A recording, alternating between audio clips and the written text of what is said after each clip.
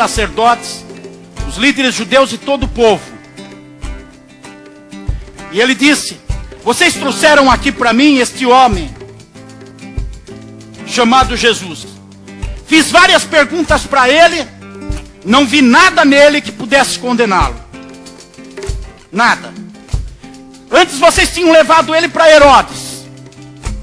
E Herodes também não achou nada e mandou de volta para cá, mandou para mim. Eu vou mandar soltá-lo.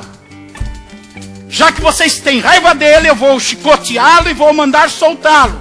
Não vi nele crime nenhum.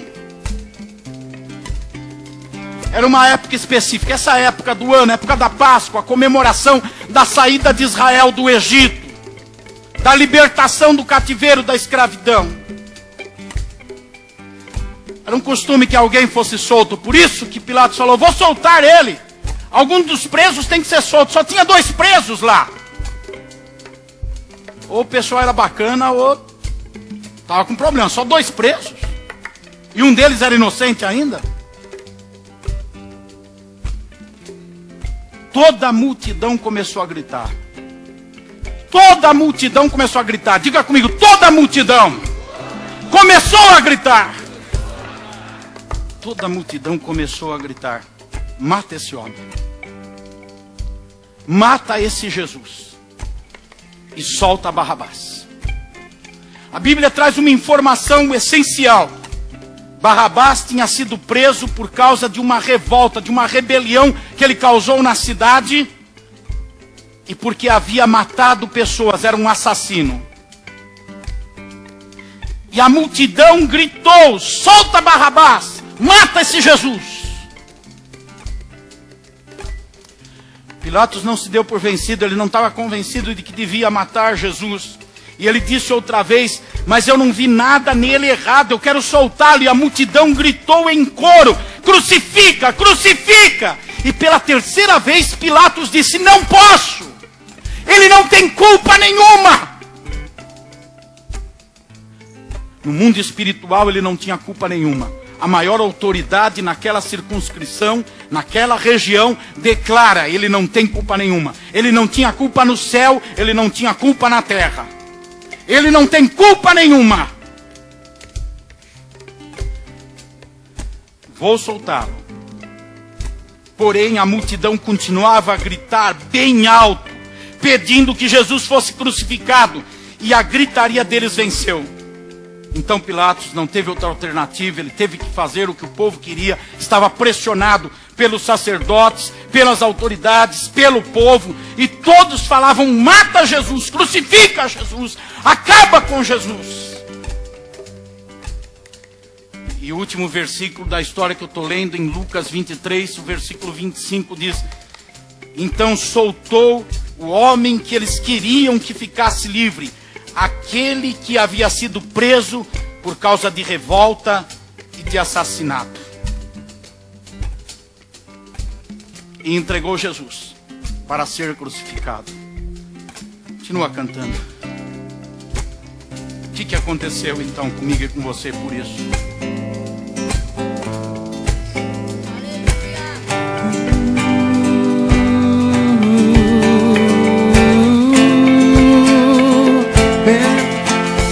Merecida vida,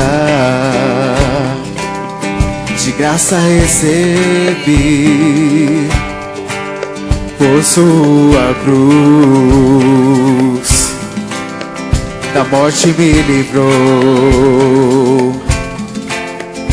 trouxe minha vida, eu estava condenado, mas agora pela cruz eu fui reconciliado. Pela cruz me chamou, gentilmente me atraiu e eu, sem palavras, me aproximo, derrotado por seu amor. Pela cruz me chamou, gentilmente me atraiu e eu, sem palavras, e quebrantado por seu amor. Podem sentar. Sentem aqui, se vocês quiserem ficar baixinho tocando, pô, mas bem baixinho, sentado, tranquilo. Quer meu banquinho? Pega pra você. Pega aí. Dá o meu banquinho ali pra ele.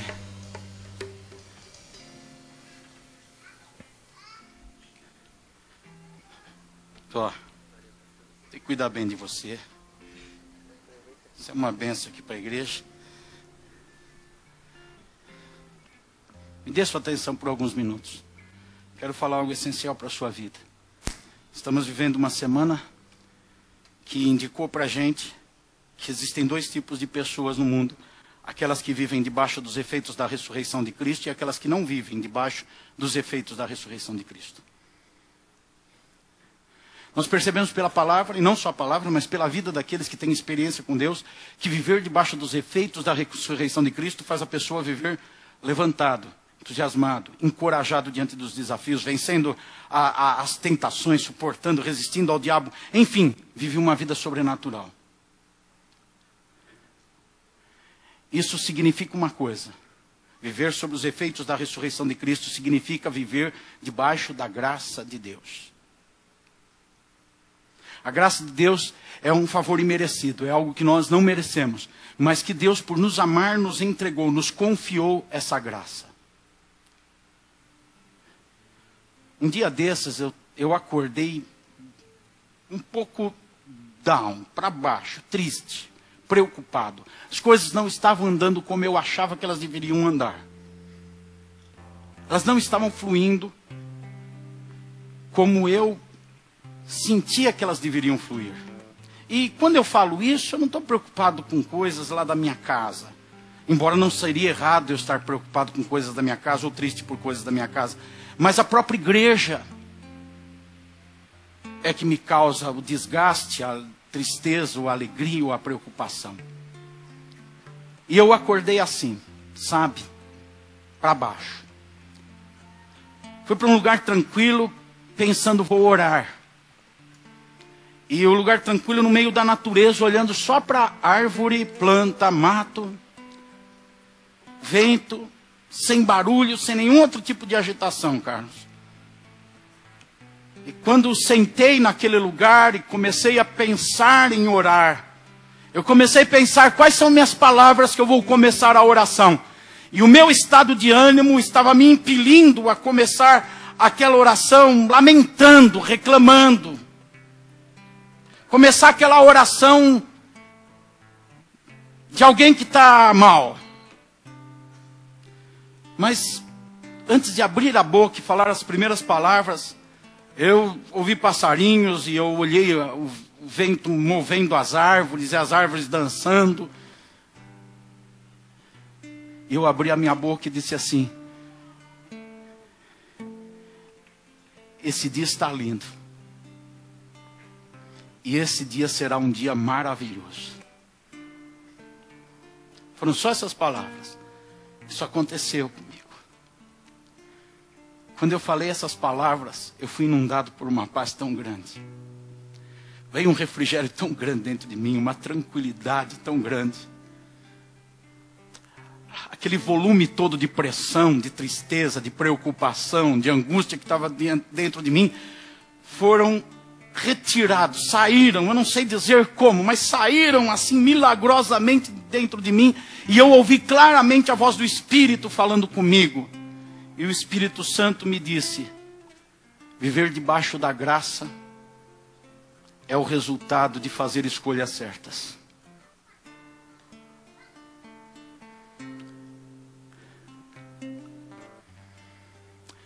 Nos próximos minutos eu louvei a Deus, eu orei, e eu pude entender que o que mudou todo um quadro foi uma decisão tomada no meu interior em fração de segundos. Porque eu podia escolher abrir a minha boca e dizer: Senhor, o que está acontecendo? Por que o Senhor não age? Seriam essas as minhas palavras. Por que as coisas não acontecem como é certo acontecerem, como a tua palavra diz que devem acontecer? Por que o Senhor me enche dessa tristeza? Era isso. E eu fui para aquele lugar imaginando que eu começaria assim, porque vocês sabem, irmãos, que o nosso estado emocional movimenta a nossa oração. É mediante o que está acontecendo no nosso interior que nós falamos em oração. E não foi algo mecânico. A decisão que eu tomei em segundos de mudar as palavras da minha boca e olhar algo bonito, algo belo, acreditar a Deus esse algo e profetizar algo bom para aquele dia. Essa decisão que na hora eu não concatenei tudo isso, não organizei na minha mente fazer isso. Mas apenas eu decidi, não vou reclamar. Na minha mente passou, eu vou ver o que tem de bom e eu vou me alegrar com o que tem de bom. Irmãos, eu me lembro agora que a palavra do Senhor diz que este é o dia que Deus preparou para a sua alegria. A Bíblia não diz em lugar nenhum que Deus preparou um dia para as tuas trevas. Ele preparou o dia para a tua alegria. E que as misericórdias do Senhor se renovam a cada manhã sobre a sua vida. A bondade e a graça do Senhor vem sobre você a cada dia. Nessa história que eu parafraseei para vocês na leitura alguns minutos atrás, nós vemos pessoas tomando decisões. E elas tomaram a decisão de não viver debaixo da graça. Porque quando eles falam para matar Jesus, eles estão dizendo: afaste da nossa vida, tire de nós aquilo que mostra favor, a bondade de Deus, a verdade de Deus. Em João capítulo 1, versículo 14 está escrito que nós vimos a sua glória, a glória de Jesus, como a glória do unigênito do Pai. E essa glória, essa presença, glória na Bíblia quer dizer presença. Essa presença de Jesus estava cheio de graça e de verdade. E quando eles dizem mate Jesus, na verdade eles estão dizendo: nós não queremos viver debaixo da graça e da verdade. E eles fazem uma escolha: solta Barrabás. A história e o texto mostra que Barrabás representa exatamente o contrário disso. Barrabás havia matado alguém e Barrabás havia criado tumulto, rebelião, revolta. Então naquele momento eles tomam uma decisão na vida. Não queremos viver debaixo da graça. Com a atitude deles, eles estão dizendo: não queremos viver debaixo da graça. Se eu e você temos em nossa boca as palavras de destruição, temos no nosso interior os sentimentos de tristeza, amargura, dor crescendo e prevalecendo, através da manutenção dessas coisas, nós estamos dizendo a mesma coisa: mata Jesus, acaba com a graça e a verdade da nossa vida. Consequentemente, só sobra o quê? Tumulto, rebelião e morte. A opção era Jesus ou Barrabás.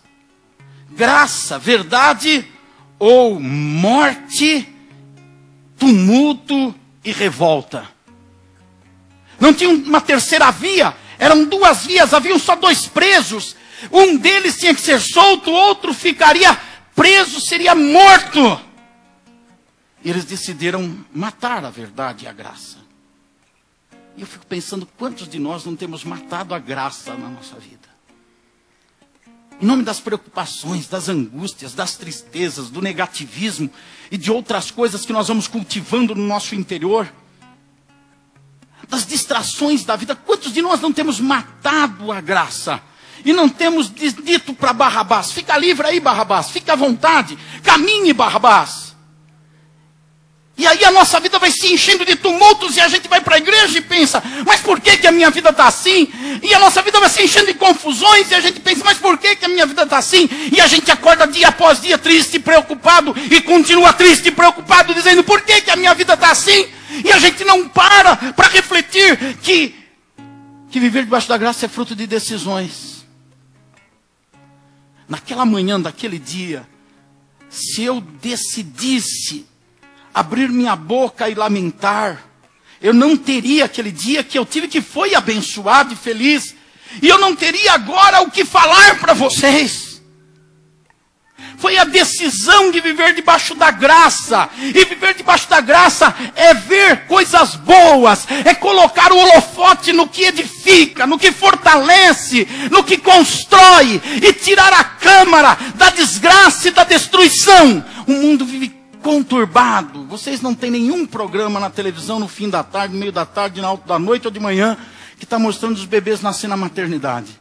Mas nós estamos cheios de programas mostrando morte, destruição, vergonha, tumulto, rebelião, confusão. Tudo isso, os holofotes estão em cima. Por quê? Porque o mundo escolheu. Nós queremos Barrabás, nós queremos a morte, nós queremos a confusão. Então é a morte e a confusão que está em todo lugar. E as pessoas estão vivendo de morte e confusão. Nas famílias, nas instituições, nas empresas, no governo, nas igrejas. A morte está imperando, porque as pessoas escolheram Barrabás. Mas nesta manhã nós viemos aqui para ter a escolha certa. Escolhermos, deixa Jesus viver na nossa vida. Não mata Jesus, não crucifica Jesus. Nós queremos Jesus na nossa vida. É uma decisão. Para onde você olha? Naquela manhã eu podia olhar para o meu interior. Se a minha oração fosse fruto do meu interior, seria a oração de lamento. Mas eu decidi olhar para as árvores. Eu decidi olhar ou ouvir o canto dos pássaros. Eu decidi ver aquilo que Deus criou. Eu coloquei um holofote naquilo que é bom. Mudou todo o meu interior. Mudou meu estado de ânimo. Isso é viver debaixo da graça. É mudar o estado de ânimo através de colocar a lupa sobre as coisas boas. Tem coisas boas na sua vida, tem coisas maravilhosas, tem coisas extraordinárias ao seu redor, tem coisas magníficas no seu dia a dia, tem coisas impressionantes em você, com você, para você. Mas é uma decisão que você tem que tomar, que eu tenho que tomar, que ninguém toma por mim, ninguém toma por você. Viver ou não debaixo da graça. Aquela multidão que estava gritando, tira-nos debaixo da graça, tinha experimentado frutos da graça. As mesmas pessoas que estavam ali, tinham sido curadas por Jesus. Tinham comido o pão multiplicado e o peixe multiplicado. Tinham bebido do vinho que antes era água e Jesus transformou em vinho. Tinham sido leprosos e estavam limpos, eram paralíticos e agora estavam andando, eram surdos e estavam ouvindo, e quem sabe, algum daqueles mudos que a graça fez com que eles falassem, agora estavam usando a voz para gritar, mata a graça, mata Jesus. Nós somos limpos, nós somos purificados, nós somos transformados. Quais as decisões que a gente está tomando agora no dia a dia, meus irmãos? Qual a decisão que a gente está tomando quando acorda envolto pelas trevas da tristeza, da preocupação, da angústia, pelas coisas que não estão dando certo? Nós não temos controle sobre essa tristeza, ela vem quando a gente não espera. Ninguém diz assim, eu quero ficar triste, fica triste. Vem a tristeza, vem a preocupação. Mas nós temos controle sobre as decisões que vamos tomar. O que nós vamos fazer com aquilo? Nós vamos atender o que a tristeza fala dentro de nós e vamos soltar a nossa boca a falar palavras negativas, pessimistas, destruidoras. Ou vamos tomar a decisão de olhar para as árvores e ouvir os passarinhos. O que nós vamos fazer? Essa decisão cabe para a gente. É a gente que toma essa decisão. Na minha vida com Deus, no meu relacionamento com Deus, eu percebi várias fases, já vivi, tenho vivido, mas eu percebi que aquelas fases de nostalgia, de ficar ali diante de Deus só, ai Senhor, nada dá certo, isso não dá em nada. Isso não dá em nada. Deus recebe o espírito quebrantado. Sabe qual é o espírito quebrantado? Aquele que se derrama diante dele por confiar que o quadro vai mudar, porque Deus é poderoso para mudar todas as coisas. Então a pessoa se derrama diante dele para dizer, eu não tenho força em mim, mas eu sei que o Senhor é poderoso. É um Jó da vida que diz, olha, pode faltar tudo, não está dando nada certo, tudo está errado, mas eu sei que o meu Redentor vive e vai chegar a hora que ele vai se levantar. Aleluia, eu fico imaginando essas palavras na boca daquele homem. Perceba comigo que foi uma decisão tomada. Amigos, esposas, situações, tudo o contrário. Dor no corpo, e ele ia abrir a boca. E ele tomou a decisão de inserir nas suas palavras: eu sei que Deus está vivo. E ele vai se levantar. Olha a profecia. Ele vai se levantar. Vai chegar a hora que ele vai se levantar. Se levantar, vocês sabem que é o sentido figurado de dizer: ele vai agir, ele vai fazer com que as coisas aconteçam de uma maneira que é para o meu bem. E a Bíblia diz que tudo vai acontecer para o teu bem. É a decisão tomada. Mesma decisão que tomou Abacuque, quando ele diz que podem faltar tudo que tem lá, as vacas nos currais, pode faltar os frutos da agricultura, do que ele estava plantando, mas ele iria se alegrar no Deus da sua salvação. É a decisão tomada de falar e se posicionar mediante essa fé. Irmãos, viver debaixo da graça é o resultado de escolhas. Um dia nós escolhemos a salvação e entramos debaixo da graça. Agora, viver debaixo da graça continua sendo o resultado de escolhas. Muitas pessoas, infelizmente, elas já não estão mais debaixo da graça. Elas se entregaram a um sistema onde a graça não existe mais. Elas estão vivendo agora de uma forma que as coisas ficaram novamente normais. Sabe, aquilo que antes de se converter acontecia, continua ou voltou a acontecer. Porque decidiram sair debaixo da graça. Nós somos colocados debaixo desse guarda-chuva protetor chamado graça. Mas agora nós precisamos ficar debaixo dele. Permanecer debaixo dele. Viver debaixo desse guarda-chuva protetor graça. Pela graça somos salvos. É pela graça que somos mantidos também. Eu quero olhar 4 aspectos para viver debaixo da graça, que o autor dos Hebreus nos mostra em 2 versículos. No capítulo número, vamos abrir lá, 12 de Hebreus. No versículo 15 nós temos 2 aspectos, 2 ensinamentos, 2 escolhas que nos possibilitam viver debaixo da graça. Permanecer debaixo da graça. Hebreus 12. Depois no versículo 28 nós temos outras 2 possibilidades de escolhas que nos arremetem para continuar vivendo debaixo da graça. Eu vou alternar algumas traduções da Bíblia para dar um sentido melhor. O versículo 12 tem a primeira indicação de escolha: escolher perdoar. Para viver debaixo da graça é necessário escolher perdoar. O versículo 15 diz que nenhuma raiz de amargura vos perturbe. Nenhuma raiz de amargura vos perturbe. Somente pessoas que perdoam são pessoas que não têm amargura ou raiz de amargura perturbando elas. Perturbar é ficar incomodado. E para você não ficar perturbado, você precisa perdoar. Perdoar é guardar o coração. Guardar o coração de amargura. Que nenhuma raiz de amargura vos perturbe. Guardar o coração de amargura. O salmista ele diz assim: eu guardei o meu coração para não pecar contra ti, Senhor. Eu protegi o meu coração. Salomão ele diz: sobre tudo que você deve guardar, guarde o teu coração. Para perdoar é preciso guardar o coração. Você precisa ter uma fábrica de perdão dentro de vocês.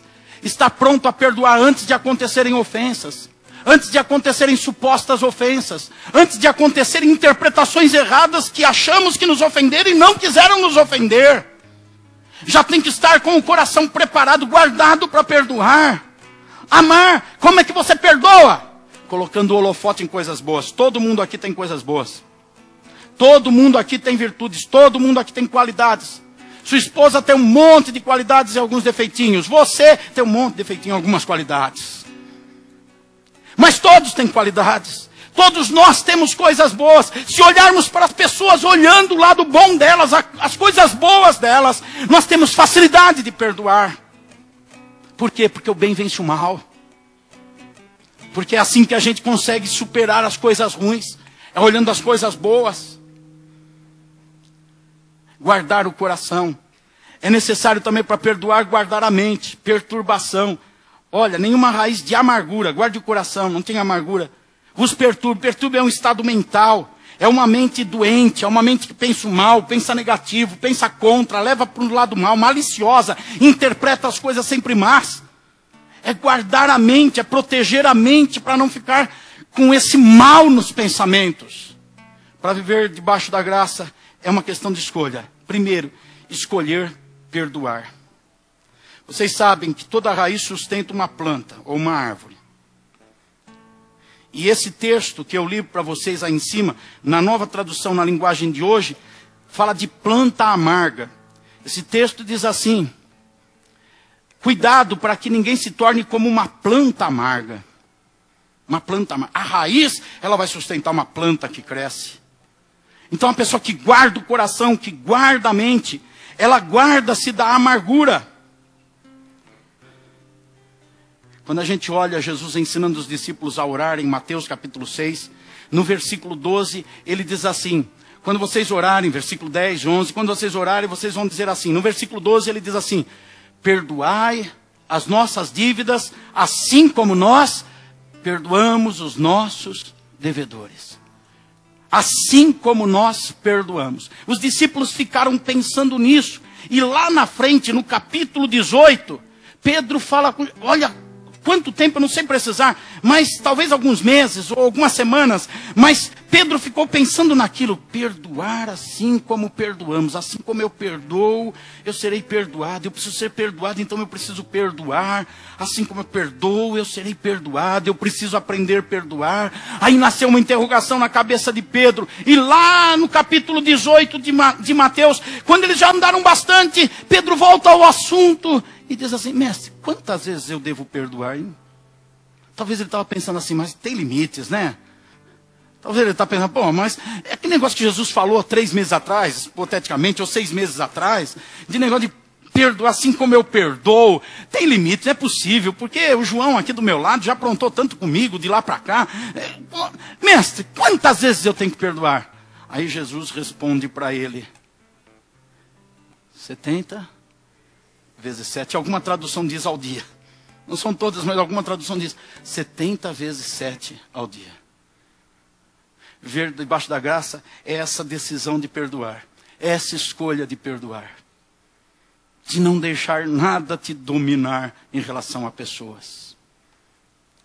Ainda nesse versículo 15 eu vejo uma outra decisão a ser tomada. É a escolha de amar e fazer o bem.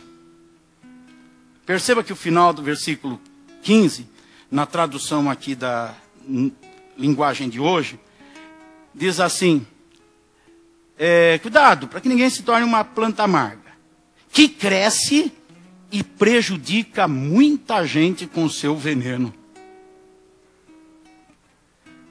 Viver debaixo da graça, então, é escolher amar e fazer o bem. Quem não perdoa está fazendo mal, não só para o ofensor, mas para quem está perto. Essa amargura é como um veneno. Essa amargura que é um veneno vai destruindo, é uma avalanche, é um tsunami, vai destruindo ao redor, vai prejudicando as coisas, as pessoas, os empreendimentos, os negócios, vai prejudicando a família, os amigos, vai prejudicando tudo que está ao redor. Esse veneno vai contaminando, amargando a vida de outras pessoas. As pessoas amargam e envenenam outras pessoas, além deles se envenenarem. Pessoas amargas, elas são prontas para semearem dificuldades, contendas, lançar um contra outro. São pessoas amargas que geram essas coisas. O veneno vai se espalhando na vida delas e alcançando outras pessoas. Ver debaixo da graça e tomar a decisão de não ser uma planta amarga. Fala para o seu irmão: não seja essa planta venenosa, irmão. Essa planta amarga.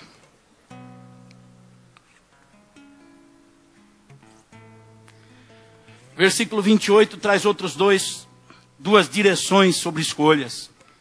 Escolher agir como cidadão do reino de Deus. Tem gente que está escolhendo, diz aí o versículo 28, recebemos um reino que não pode ser abalado. Tem gente que está escolhendo viver como um cidadão do Brasil. Malandro, esperto, tal. Outros estão decidindo viver como um cidadão europeu, frio, calculista. Alguns estão decidindo viver como um latino-americano, curtindo. E tem os nossos irmãos cariocas. Na boa. A Bíblia diz que nós temos que decidir viver como participantes de um reino que não pode ser abalado. O reino de Deus. Com os valores do reino de Deus. São escolhas diárias. Hoje de manhã eu já saí de lá de casa, vinha na serra, ali descendo. Aí vinha um irmão. Eu já estou chamando de irmão, não sei se era irmão. Mas um irmão na frente andando a 10 por hora. Eu acho que ele estava experimentando o carro. Tirou da garagem. Eu me programei para chegar bem mais cedo. Cheguei 9h30 aqui, mas eu queria chegar um pouquinho antes. Parece que ele tirou o carro da garagem. Estava experimentando o carro, andando devagarzinho. E a serra é cheia de curva. É difícil passar. Quando deu para passar, deu vontade de fazer um monte de coisa. De elogiar o irmão. De falar bem dele. Da mãe dele não, porque eu não tenho esse hábito. O máximo que aconteceu foi escapar uma buzinadinha. A Leonor falou, ai, você não devia ter buzinado. Eu falei, não, é só para ele ver que eu estou passando. Vai que ele vira para cá. Vai que ele vira para cá e bate em mim, porque eu estou passando ele. Mas foi uma buzinadinha leve, não foi... Não, foi... A escolha no trânsito de viver ou não como um cidadão do reino. É a escolha diária de valores, de comportamentos, de atitude. A escolha profissional de viver como um cidadão do reino. A escolha nos relacionamentos afetivos, quando alguém fala mal de você, você tem a escolha de viver como um cidadão do reino ou não. Quando você é caluniado, você tem a escolha de viver como um cidadão do reino ou não. Escolhas. Quando a gente escolhe viver como cidadão do reino, por isso, gente, olha... Não cai nessa onda de que ir na igreja, só ir lá e receber a bênção e vai embora. Isso não é engano, tem que conhecer a palavra, os valores de Deus. Porque sem os valores de Deus você não consegue viver como cidadão do reino. Você não consegue. Tem pessoas que são cristãos, mas com naturalidade eles falam palavrão, eles xingam, eles brigam, eles são desonestos, são mentirosos. E com naturalidade agem como se fosse tudo normal, porque não conhecem os valores. Não conhecem assim intrinsecamente, no interior deles, dentro da vida deles. Talvez ouvir alguma coisa, mas não, você está na igreja, fala para o seu irmão, é para apanhar, você está na igreja, irmão, você tem que apanhar, tem que apanhar. A igreja é o lugar que a gente tem que vir feliz, apanhar, chorar e sair contente. E voltar a próxima vez ainda, para apanhar mais. Para quê? Essa surra vai tirando da gente esses valores do mundo, vai colocando os valores do reino na gente. E viver debaixo da graça é escolher viver com os valores do reino norteando a vida. Na hora de fazer as coisas, mas o que Jesus faria? O que a Bíblia diz? Como que eu devo reagir? Como é que eu tenho que fazer? Quanto mais você conhece a Bíblia, mais isso é automático. Você não precisa perguntar para alguém ou ir procurar um texto. O Espírito Santo te faz lembrar das coisas que Ele tem ensinado para você. Ele faz você lembrar na hora. Isso é viver debaixo da graça, escolher agir como cidadão do reino de Deus.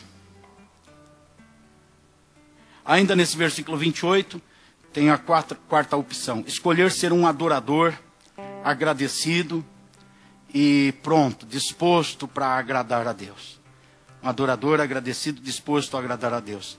Diz o texto, sejamos agradecidos e adoremos a Deus de um modo que o agrade. Bom, vamos pensar em 3 conceitos. Aqui fala 3 coisas, adorar, agradecer e agradar. Vamos repetir? Adorar, agradecer e agradar. O que é adorar? Adorar é dar. Tem ideia de se desfazer, de dar, de entregar, de renunciar. Isso é adorar, é dar.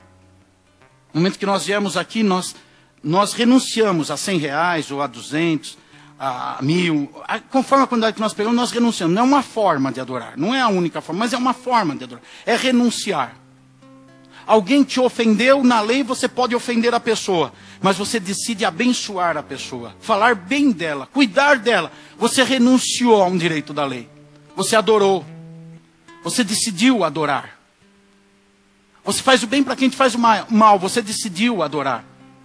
Porque você renunciou, você deu, você entregou. Agradecer é o quê? Agradecer é reconhecer. É valorizar o bem que foi recebido. Isso é gratidão. Valorizar o bem. Reconhecer que aquilo fez bem para a gente. Para viver debaixo da graça, então precisa adorar, agradecer. Sejam agradecidos e adoremos. Como fazer isso? De uma maneira que agrade a Deus. Agradar é a maneira de adorar e agradecer ao benfeitor. Então agradar é quando eu reconheço o bem que eu recebi. Então eu quero agradar quem me fez o bem. Você já alguma vez já foi surpreendido por alguém fazendo um bem muito grande para você e você quer agradar aquela pessoa? Você quer que ela se sinta bem? Porque ela fez algo para você que te impressionou, que te marcou. Então você quer fazer algo para fazer aquela pessoa se sentir bem. É o desejo de agradar. É a maneira de renunciar, de entregar. Por que que eu entrego? Por que que você entrega? Por que que a gente renuncia? Por que que a gente dá? É uma forma de adorar, para agradar a Deus. Eu quero agradar a Deus. Por querer agradar a Deus é que eu dou. Por querer agradar a Deus é que eu agradeço. Eu reconheço, porque eu quero agradar. Viver debaixo da graça é pautar a vida por isso. Gratidão, adoração, com o objetivo de agradar a Deus. Amém, irmãos? Concluindo essa mensagem, aí mesmo em Hebreus 13, indica para a gente num versículo que quem vive debaixo da graça é forte. Porque o versículo 9 diz assim: não se deixem levar por ensinamentos diferentes e estranhos que tiram vocês do caminho certo. Não se deixem levar por ensinamentos diversos que são estranhos. Eu já falei nesse culto de um ensinamento aí de comprar propriedade no céu. Eu fico revoltado com essas coisas, gente. A Igreja Católica Romana fez isso lá no passado. Quando se afastou dos princípios da cruz, começou a vender propriedade no céu para ser rica, como é hoje a Igreja Romana. Eu vejo dentro da igreja evangélica dizendo a mesma coisa. Traga uma oferta aqui, você vai ganhar. Com essa oferta você vai ganhar uma parte do céu, um terreno no céu, o seu lugar no céu. É um absurdo. Agora, aqui diz, não é bom ser levado por esses ensinamentos estranhos que tiram você do caminho certo. O caminho certo é o quê? É ser fortalecido na graça. Olha, é bom sermos espiritualmente fortes. É bom que o nosso coração seja fortalecido pela graça. É ter um coração fortalecido pela graça.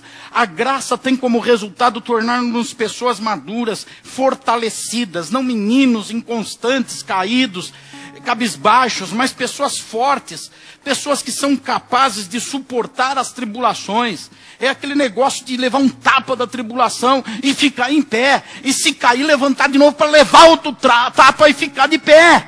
Não é ficar prostrado, não é ficar caído. Gente que está fortalecida pela graça não fica caído. Vence os obstáculos quando está indo para as conquistas. Tem pessoas que são paralisadas, são amarradas quando estão indo para conquistar alguma coisa, para fazer alguma coisa. Surgem obstáculos, impedimentos, contrariedades. E essas pessoas fogem, se amarram, se prendem, se acovardam, porque não estão fortalecidas na graça. A graça fortalece o coração para que não seja esse tipo de pessoa caída.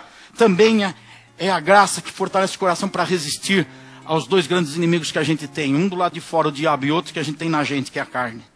É através da graça que fortalece a gente que a gente resiste ao diabo. E que a gente resiste às tentações. E mesmo que a carne queira uma inclinação, a gente nega aquela inclinação da carne. Porque a graça fortaleceu o nosso coração para essas decisões. Vamos ficar em pé nesse momento.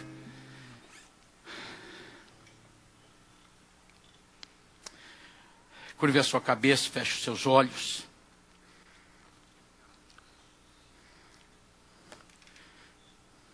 Decisões certas, decisões corretas.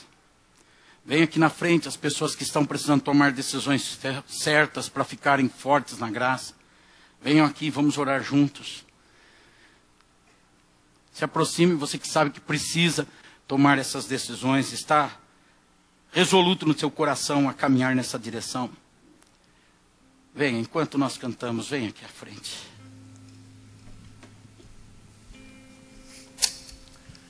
Eu só quero estar onde estás e viver em tua presença, ver a tua face e o adorar. Junto a ti eu quero estar. Eu só quero estar onde estás. Bendito seja o Senhor. Onde tudo é para sempre. Quando aquelas pessoas decidiram matar Jesus, elas estavam decidindo se afastar da graça. Eu já disse para vocês nessa mensagem, no teor delas, que aquelas pessoas tinham sido curadas, tinham sido libertas. Mas naquele momento, se afastando da graça, elas estavam renunciando à cura. Elas estavam renunciando à libertação. Elas estavam escolhendo a revolta. Quero somar nesse momento que eu oro por esses irmãos que estão tomando decisões para viver na graça, por aqueles que estão doentes. Porque viver debaixo da graça é ser favorecido, é ser abençoado. E orando por esse culto, eu senti em meu espírito que essa manhã também seria uma manhã de cura. Seria uma manhã que pessoas doentes no seu corpo seriam curadas. Quem está doente, vem aqui à frente. Os pastores, enquanto cantamos, unja todos, por qualquer motivo que vieram. Só unja, depois eu vou orar. Se aproximem. Fique com a mão levantada, vocês que vêm à frente. Vocês que vêm à frente, fique com a mão levantada até ser ungido. Depois de ser ungido, pode abaixar. Assim os obreiros saberão quem ainda não foi ungido. Ver a tua face e sentar à mesa, envolvido por tua glória, na presença do meu Senhor eu quero estar. Sim, eu quero estar. Quero estar contigo, ó Deus. Eu só quero estar onde estás e viver em tua presença, ver a tua face, o adorar. Junto a ti eu quero Bendito estar. seja o teu nome, Eu só quero Glória a Deus, estar aleluia, onde estás, onde tudo é para sempre. Glória ao nome do Senhor. Leva-me para este lugar. Glória a Deus. Pois eu quero ali Aleluia, morar. Eu quero estar contigo, na tua graça, ver a tua face, sentar à tua mesa e sentar à mesa. Glória a Deus, aleluia. Envolvido por tua glória, Aleluia. Na presença do meu Senhor eu quero estar. Sim, eu quero estar. Glória a Deus. Quero estar Bendito seja o teu contigo. nome. Ó Deus, eu quero estar contigo. E você? Bendito é o teu nome, Quero Jesus. estar contigo. Graças a Deus, aleluia. Ver a tua face. Glória a Deus. E sentar à mesa com Bendito meus seja o irmãos, nome de Jesus. envolvido por tua glória. Oh, aleluia. Na presença. Bendito é o teu nome, Senhor. Meu Senhor, eu quero estar. Todo o nosso desejo, Deus. Sim, eu quero. Toda a nossa vontade, ó Pai. Quero estar. Toda a nossa busca, ó contigo, ó Deus. É para Somente as vivermos vozes. debaixo da tua Eu graça. quero estar contigo. Toda a nossa procura é viver debaixo da tua bondade, da tua verdade, do teu amor. E sentar à Ali, mesa, ali na tua presença, Senhor, envolvido por tua glória. existe cura, Na existe capacidade. Ali na tua presença Senhor, eu quero tem poder, tem poder para vencer, eu quero, tem poder para se libertar, quero estar, tem poder para ser curado. eu quero Ali, ali, quero estar contigo, ali debaixo da tua graça. viver a tua face, Tem poder de fé, sentar tem à poder de mesa, confiança. Senhor. tem poder da certeza de que as coisas que não se veem serão visíveis. Por isso eu lhe peço agora milagres aqui na igreja. E em teu nome, Senhor, ordenamos, eu ordeno a esse espírito de doença. Eu ordeno a esse espírito de enfermidade. Ordeno a esse espírito de morte. Ordeno a esse espírito representado pela escolha que o mundo faz de Barrabás, de tumulto, de confusão, de morte. Ordeno a esse demônio, a esse principado, que se sujeite à autoridade do nome daquele que viveu na morte durante apenas algumas horas, mas que a venceu, a dominou, a destruiu, ressurgiu, ressuscitou, e hoje é o que está vivo pelos séculos dos séculos. Ordeno a esse espírito de doença que vai fragilizando o corpo e com o tempo vai fragilizando a fé, vai fragilizando a esperança de ser curado.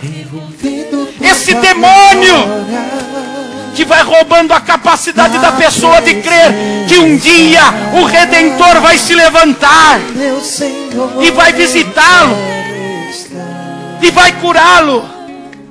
Eu ordeno a esse demônio que saia do corpo onde ele está alojado, a esse espírito de doença que saia do corpo que ele está prejudicando. Em nome de Jesus Cristo eu te declaro que a tua obra, espírito mau, está falida, porque aquele que esteve morto agora está vivo. Ele já venceu a morte, então a tua obra está desfeita.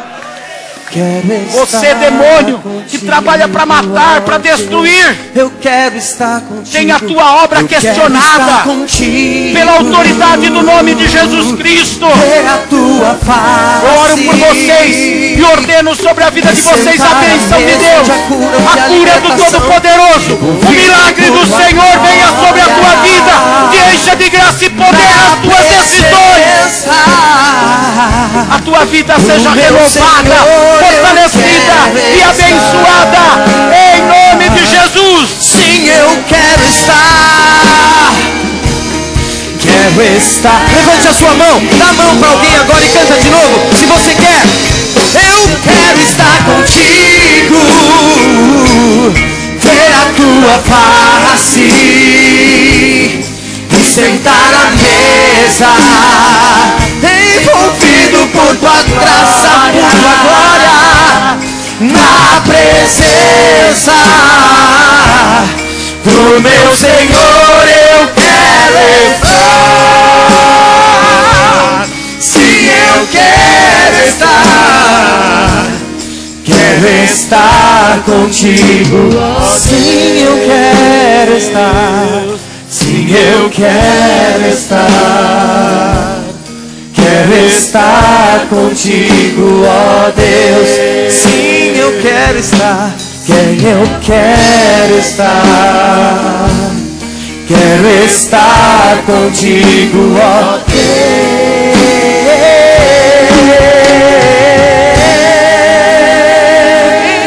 Pai amado, Pai santo, eu quero estar. Pai maravilhoso,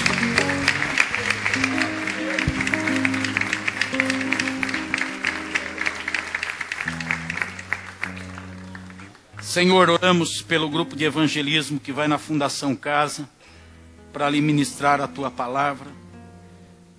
Cobre-os, reveste-os, Senhor, que eles sejam tomados pela autoridade do Espírito Santo e pelo amor de Jesus, para alcançar aqueles jovens e adolescentes e crianças que praticaram crimes que os colocaram ali dentro. Que eles sejam restaurados para viver uma vida intensa, mas uma vida produtiva, Pai. Abençoe os irmãos ao saírem daqui do templo, guarda, livra de qualquer acidente, de qualquer mal.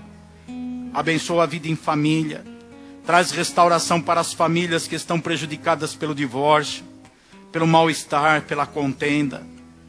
Traz restauração para os casais que estão se separando, para que essa dificuldade seja vencida e eles perseverem no caminho do Senhor.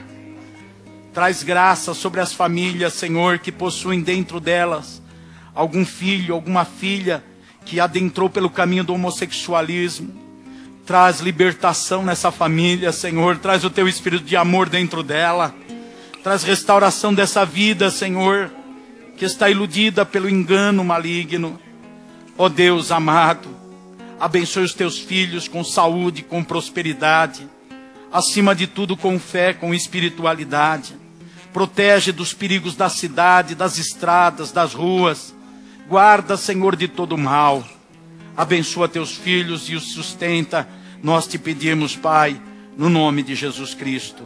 Amém, Jesus. Amém. Hoje à noite eu estou pregando lá na igreja de Vila Nova, em Mairiporã, junto com o pastor Geraldo. E vamos ter a alegria, para quem não sabe ainda, de apresentar o bebê deles, que nasceu. E vamos participar do culto lá para isso, eu e a Leonor.